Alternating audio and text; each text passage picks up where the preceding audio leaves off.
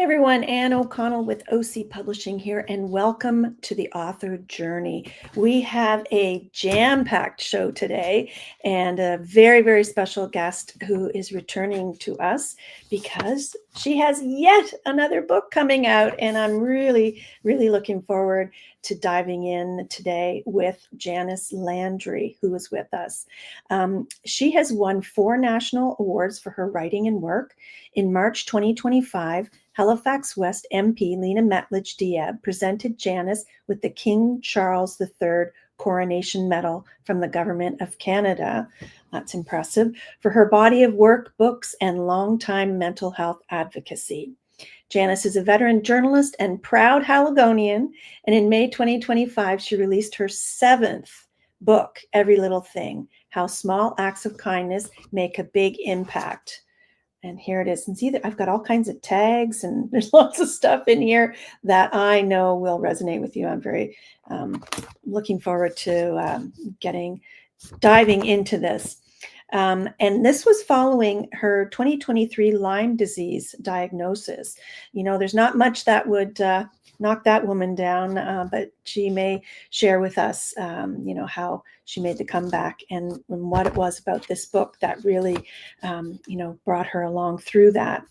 She has since fully recovered, yay, and wrote this small book with big messages to thank society's many and varied helpers, including some of her own. Janice's longtime publisher is Nova Scotia's Pottersfield Press. Her last 2 books, Eye of the Ocean and Silver Linings, were both bestsellers. And I have to say, I have a complete set. I'm very excited. Yay. Nothing like having a complete set of one of your favorite authors' books. I have others as well, but those are the most recent. They're both bestsellers. Janice's biggest inspiration is her family, husband Rob and daughter Laura. Through her writing, she also honors her late parents, Baz and Teresa. Janice began writing long-form nonfiction to tell the gripping story of her firefighter father's National Medal of Bravery for his part in the near-death rescue of an infant from a harrowing 1978 Halifax house fire. So that's a little bit about Janice, and many of you who are watching know her and love her, and I'm going to bring her up to join me today. Hi, everybody. I almost started crying, just so you know. I have a picture just on that. I'm such a softie, but I have a little picture of my parents. I'll put it up. Oh. This is my late parents on their wedding day, and my mom with the red lipstick on, and there's Dad with his boutonniere. And honestly, when you were talking about them, I almost lost it in the intro. So it really goes from day to day. It's so funny. People listening will understand who've lost someone, that like you can have some days you're like, I'm good. And then other days you're just like, just that intro, I'm sitting here, I am like blinking back tears. And I looked over at my mom and dad on my desk and I thought, you know what? I'm here. I got through Lyme and just happy to be here. Yeah. And we're so happy to have you here. And, they're always in our hearts. And, we've said this before, but you and I bonded a long, long time ago when we realized that our moms were both Teresa Landrys. That's right. Isn't it amazing? No, it's so crazy. Sweet. It's crazy. When you meet people, and I love that sort of in the book, Every Little Thing, I write about the connections, these little connections that just happen. And we talk a lot about that on the East Coast, like someone knows someone and you're, oh, do you know so-and-so? And it's just like one step away from all these little connections. And it's so special. It is. And, they talk about 6 degrees of separation, but, I would argue that, here in the Maritimes, it's 1 or 2. Absolutely. If that. And I'm going to, since you shared the picture, when I was sitting here and, I loved this little book and, it's Every Little Thing, How Small Acts of Kindness Make a Big Impact. And I'm just going to show that again and, bring it up on the screen again. But one of the little things when we talk about our Teresas, our Mother Teresas, is this. Look at that. Oh, that's great. Isn't that cute? What's the year on the top of that, Anne? What year is that? That would be 1966, I maybe. love that. Isn't that cute? Mom reading to me. Yes, it's 66. lots of hours reading in the Lazy Boy. My whole family were readers, but those were special times. So, this book just so resonated with me, and I have flags here. And I want to talk about the real impetus behind this book. So talk a little bit about where you found yourself, sort of laid flat with Lyme, and how you dug yourself out of that.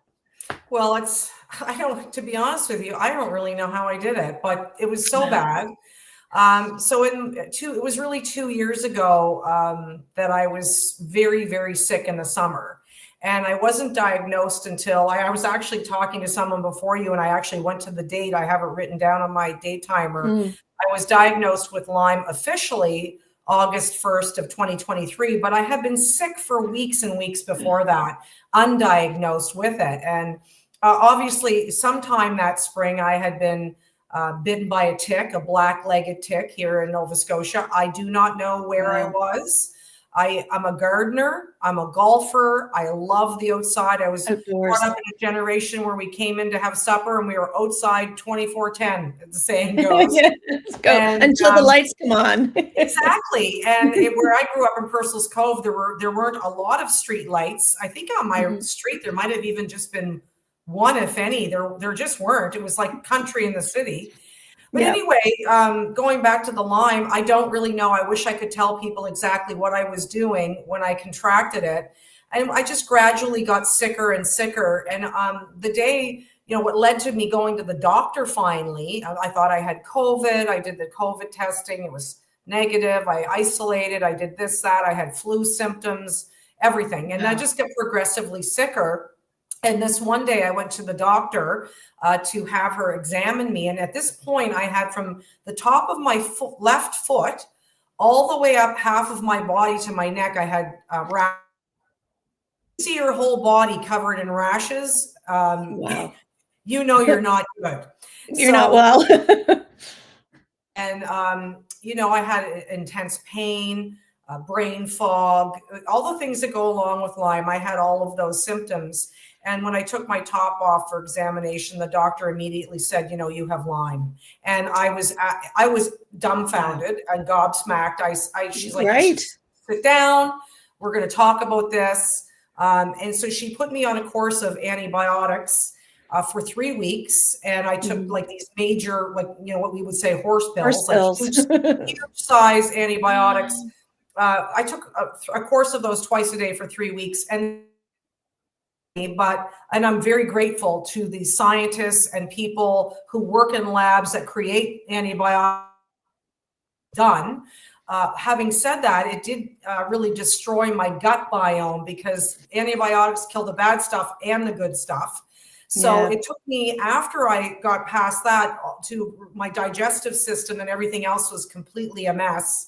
What you're eating or not eating. So it was really months, before I was coming out of it. And in that time, because I am a storyteller by trade, I thought, when I was better, I thought about what can I do with this to try to help people? Because my writing is always about advocacy and helping, but I wanted something light because we live in a society right now where things are so heavy, and that Lyme was so bad that I wanted sort of Janice's version of running through fields of daisies. So I wanted inspiring and joyful, happy, right? Happiness. And let me tell you, there isn't a better time for it. That's for sure.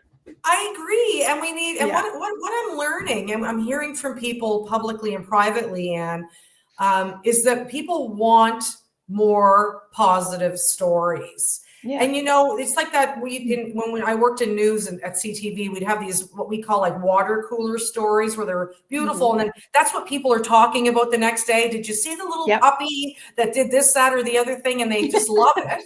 And there are no puppies in this book, but there are horses. There's a woman who's a psychologist in Alberta who does equine therapy with patients who has horses. Oh. She's a horse owner. And there's love that. I know, and I love horses, and there's beautiful stories of the horses helping some of the people. And I'm a big animal lover. So I wanted to bring this book about helpers I wanted to make sure people didn't just think about people. It's like animals. I Yeah. love animals. My whole family does. And animals are helpers too, right? So our animals help us. Absolutely. Yeah, Animals are big and family. small. Yes, big and small, and ones that we don't normally think of as cute and cuddly. Except one, I'm going to have to tell you, because in my previous life, I was a preschool teacher. I went to the Mount first for early childhood education and then for PR.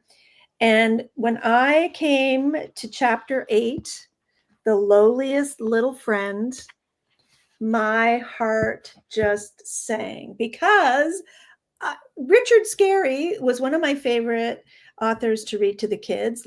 Finding Lowly Worm and Goldbug in those pages brought so much joy to the kids and the teachers.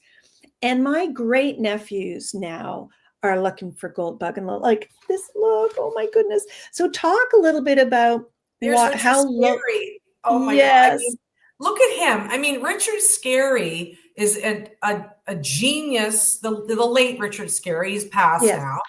Yeah. And Richard and his wife had one son. His name is Huck. And Huck lives in Switzerland, and that's where the Scarry Corporation is based out of. The family lived in Switzerland for many, many years. They were from the United States. And Richard Scarry is my favorite author of all time. He is the first author I loved as a little girl. And that photo that you just showed us a few minutes ago of your mother reading to you, my father used to read me bedtime stories every single night. And I always wanted to look for Lowly Worm. And I love Goldbug, but I was like a Lowly Worm fanatic. And Oh, I'd and be his like, little green where's hat. Lowly? You know?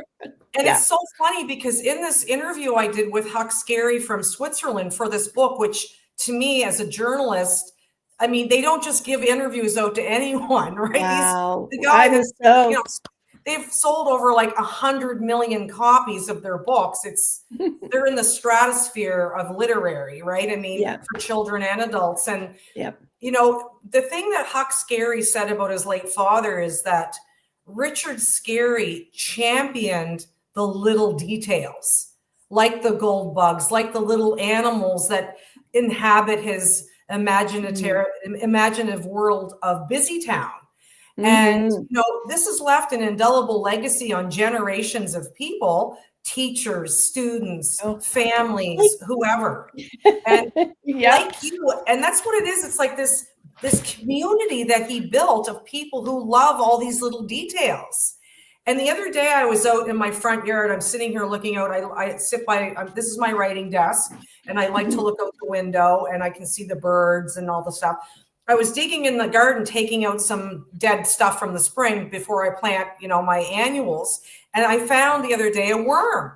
And now, because of what Huck said in that chapter about Lowly Worm and the impact it's had on people, just even looking at earthworms, I'm like, oh my God, now I look at worms completely differently. I don't have the ooh factor anymore. It's like, oh my God, there's one. I have to make sure they're okay. He's okay. Also, as a gardener, it tells you that your soil is good too, right? So yes. Okay, and worms. this. Talk Look, about my look favorite how cute. And also, Huck was so nice because obviously there's a lot of copyright around the books. And so I asked him politely if I could have some imagery of Lowly Worm for the book, with credit. Of course, you see all the credits are done properly in the book to the Scarry Corporation. But yeah, to have Lowly Worm, like, I don't think people get how big of a deal this is for me, because this is really the beginning of my journey to imagination. To then at this stage of my life have this in my book is something like, it's almost like the pinnacle for me personally. I'm so excited about it. Well, and congratulations to you. And like the thought that you reached out to Richard Scarry's son for an interview and he granted you that interview. Like, how did you separate, like, Janice, the little girl who loved like Lowly Worm, and Janice, the interviewer and journalist? That's an excellent question. And it was very difficult.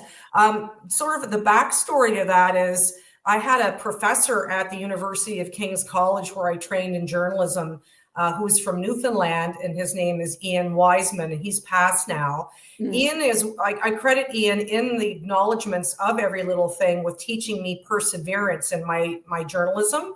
So he was the type of guy that would say, back when rotary phones were a big deal, that's how old I am, and we had a phone that was connected into a wall, he's like, you get on that phone and you stay on that phone till you get what you want. He was just like, hang in there, basically. So when I thought about approaching the Scary family, Ian would tell me to go for it, because what are they going to do? If anything, they're not going to answer me, or they're going to say, no, we're too busy.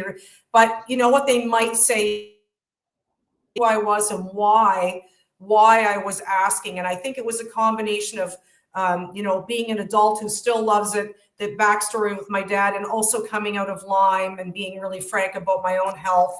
He was so gracious. And in fact, probably one of the most polite, gracious people I have ever interviewed. He was just dapper and chic and incredible, just what you would expect.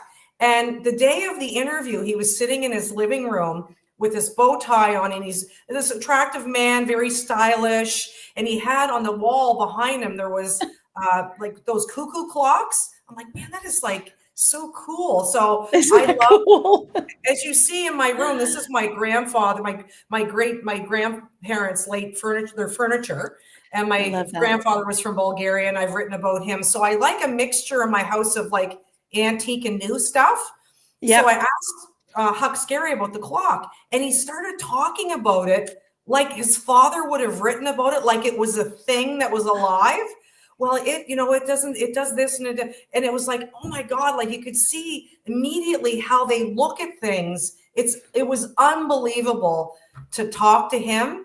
And I scheduled it on the day of my late father's birthday. So to honor Dad. And I told Huck Scary that at the end of the interview. He didn't know till the end. I said, I'm doing it to honor Dad. And they were just fantastic with me. I can't say enough about them. And I'm still a Scary fan. I'm 60 years old. I have lots of the books, and I love that I have them. And it's just a treasure in my career. Oh, that's wonderful. Power to 60. Yeah. It's just a number. Whatever. It is. Absolutely. I mean, look how young looking we are, right? Exactly. Don't look too close. Yeah, right. That's why I wear the big glasses, colorful glasses. So, okay. So many wonderful stories. So the other one that really, every one of them resonated with me, but there were three that captured my heart in particular, and for various reasons. And Richard Scary was one of them. The other one was the little egg and the gray shirts story. And to be honest, the main reason that really stood out to me was because my brother Peter, shout out to Peter, was in the Army his whole career, and one of his most difficult assignments, I think he told me once, was Haiti after the earthquake. So I really, I started thinking, oh my goodness, I should, this is incredible, what this woman has done, this Jane Riley. So I'm curious how you chose some of these stories, and you talk somewhat about that in the book. But how did let's share how Jane came into your radar. So when you look at the book, and people may see that there's a little bird's nest with an egg, just a single robin's egg on. This is a totally linked to chapter 7, which is the chapter you're talking about with Jane Riley. And Jane is a veteran of the Canadian Forces here in Canada and deployed to Afghanistan. And her story is not about her deployment to Afghanistan, although I always honor military in my work. It's part of my advocacy. So I have huge respect for people currently deployed and who are veterans. So that I'm always looking for these little connections too, just as an advocate of people who do work, who are emergency personnel or military. That's part of it. Another big part of it is the why is because that my dad was a firefighter, and we had these horrific fires here in Nova Scotia, and we have them in Canada right now. So I'm always looking for stories in not demonstrative way that's still honoring that. So Yeah. when we had the fires here in Nova Scotia, the fires were so close to my house that the bags here at our house were packed, and I could see a wall of smoke. It was like, Ugh. get ready. I had friends who were evacuated. There were many people who lost their homes and businesses, not just there, but with the Barrington fire and elsewhere in Canada. Yeah. So this is Team Rubicon Canada, is the group, the nonprofit that's honored in the book. Every Little Thing is Team Rubicon Canada. And they're the people that come in after a fire, let's say, that help homeowners or business owners go through the loss of their home, to go through debris, to see if there's anything. There's Jane Riley there from Nova Scotia. And Jane and her peers are volunteers. So helpers are featured in the book. These people are all helpers. They're not paid. They're volunteers. They come in on the ground, boots on the ground, so to speak, and they go to places like Tantallon and help homeowners sift through the rubble.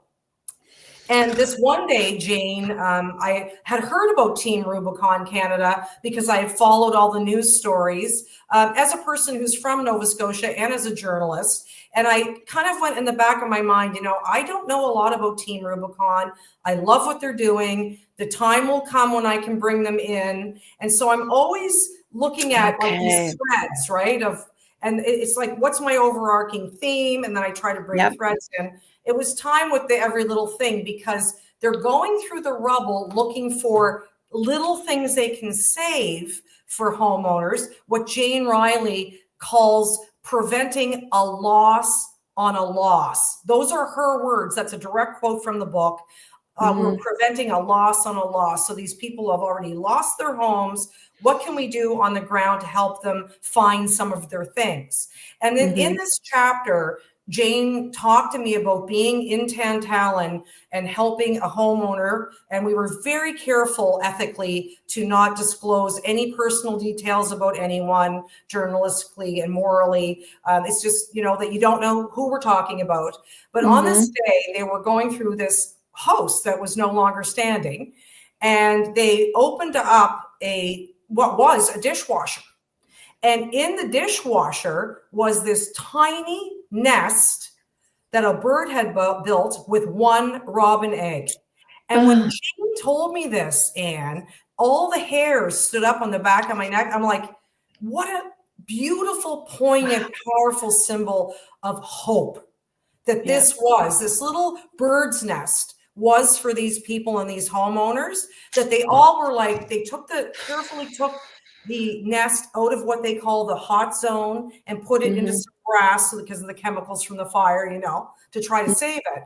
But it was this collective awe moment where they were like, in something so horrible that happened, there is this beauty of people coming together, helping one another, preventing loss on a loss. And I knew this little book about small acts of kindness, how small things are big things.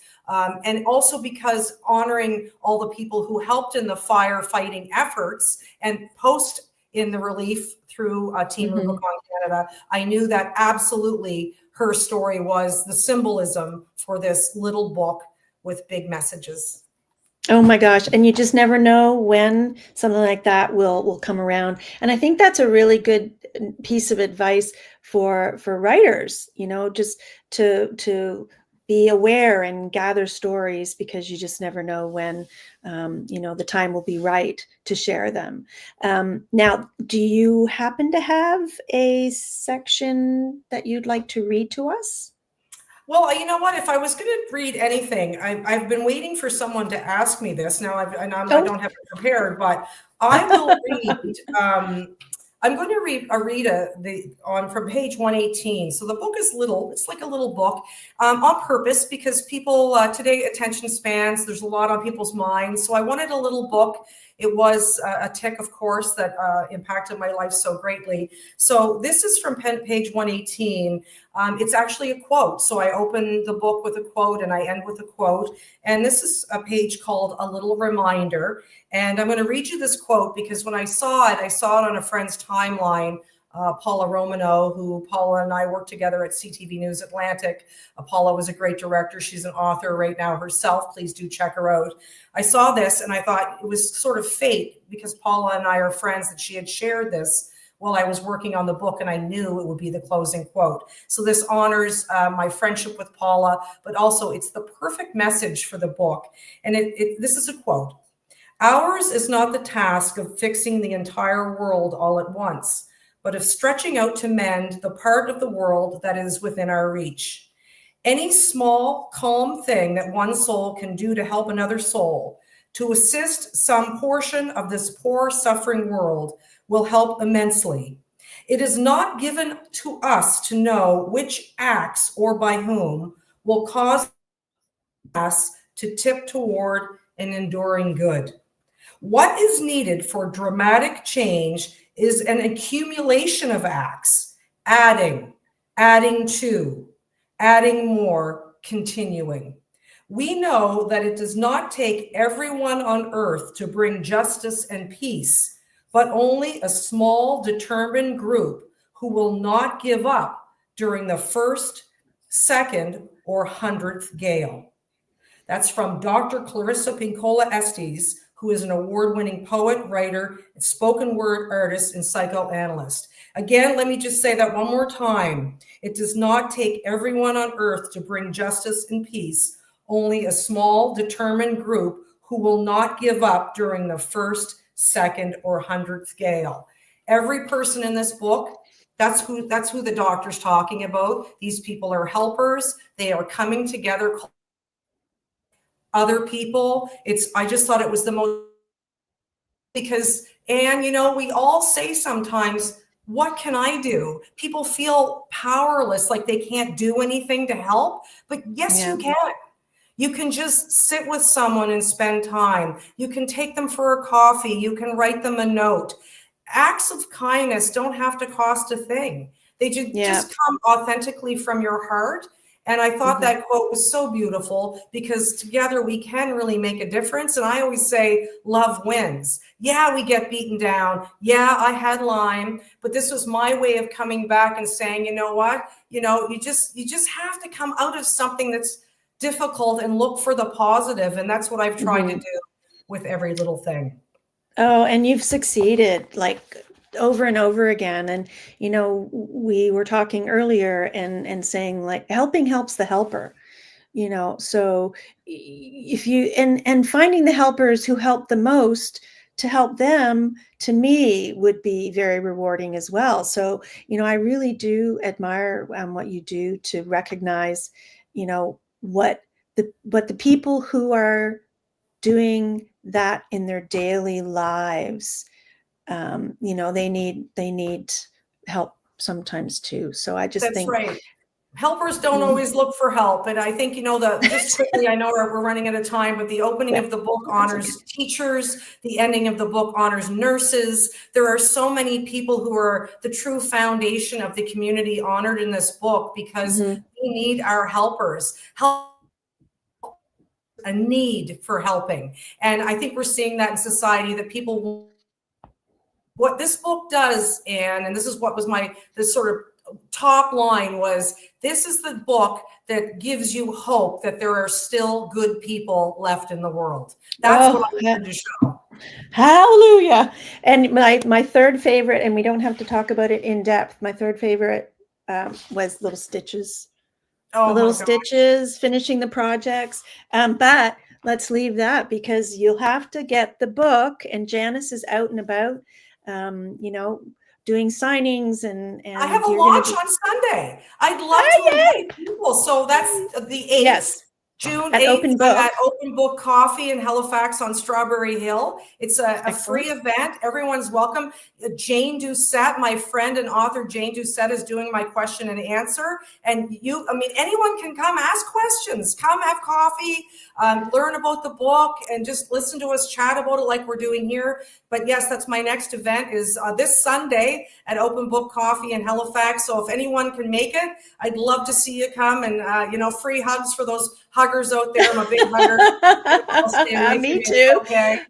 Well, and I also want to just let people know that they can go to the Nimbus website where all of Pottersfield Press's books are available. I encourage people to buy local, and Yes. all of Janice's books are there, including, of course, highlighting every little thing. So, visit, and then also go to Janice's website. It's always such a delight. And this is a very exciting week here in Halifax and throughout Atlantic Canada.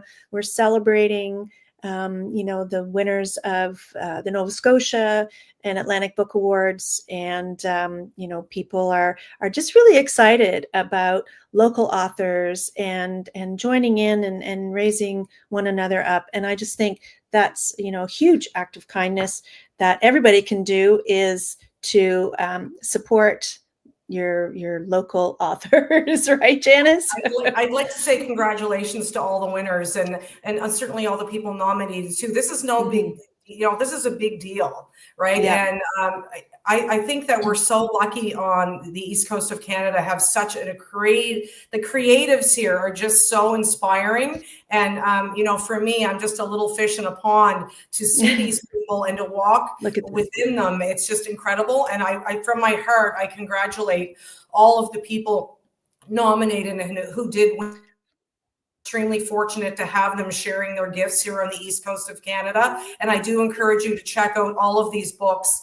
You can certainly just a quick Google online, you'll be able to find them all. And I'm just so happy for them. And nobody writes for this and nobody expects this, but for them, I know that would have been a huge, big deal, and for their family members too. And so from the bottom of my heart, I extend my heartfelt congratulations to all the winners.